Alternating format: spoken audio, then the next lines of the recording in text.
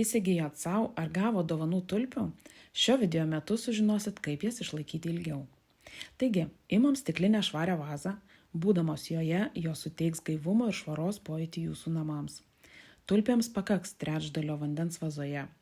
Pakerpam kotelius tiesiai, bei jei reikia pašalinam apatinius lapus.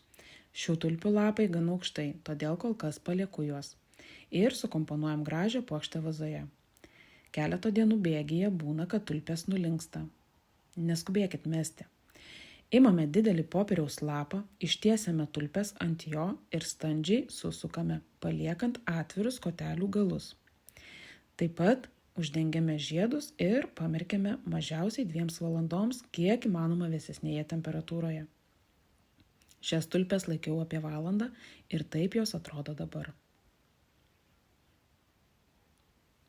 Tulpės žydinčios šypsenos jūsų namuose, taigi puoškit namus ir džiaukitės akimirkomis.